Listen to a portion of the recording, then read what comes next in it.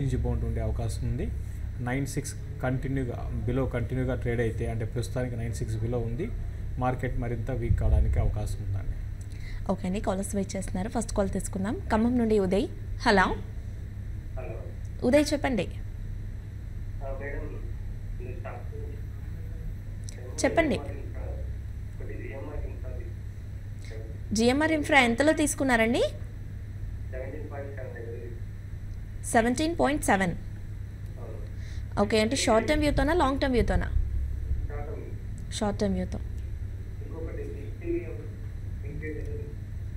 Dish TV ఎంతలో తీసుకున్నారండి? 98లో. Okay, ఇది కూడా షార్ట్ టర్మ్ వ్యూతోనే తీసుకున్నారా? Okay. First GMR infra GMR infra hold చేయండి అండి. చాలా రోజుల తర్వాత ఇది మంచి ఒక అప్ మూవ్ అనేది వచ్చింది. తర్వాత 18 రూపీస్ పైన కూడా సస్టైన్ అయింది. నెక్స్ట్ ఫ్యూ డేస్లో మళ్ళీ 18 బిలో వచ్చి మళ్ళీ 18 పైన కూడా వస్తే అంటే ఒక కన్సాలిడేషన్లో ఉండి తర్వాత చాలా స్ట్రాంగ్ అప్ట్రెండ్కి వచ్చినట్టు అనుకోవచ్చు అండి. కాబట్టి లాంగ్ రన్లో అంటే నెక్స్ట్ ఒక అట్లీస్ట్ ఒక 6 to 8 months కానీ మీరు హోల్డ్ చేస్తే, ఎందుకంటే ఎన్ని రోజులు ఇది సైడ్ వేస్లో ఉంది. తర్వాత కంపెనీ మేనేజ్మెంట్ చాలా స్ట్రాంగ్గా డెట్ని తగ్గించుకునే ఉద్దేశంతో ఉన్నారు.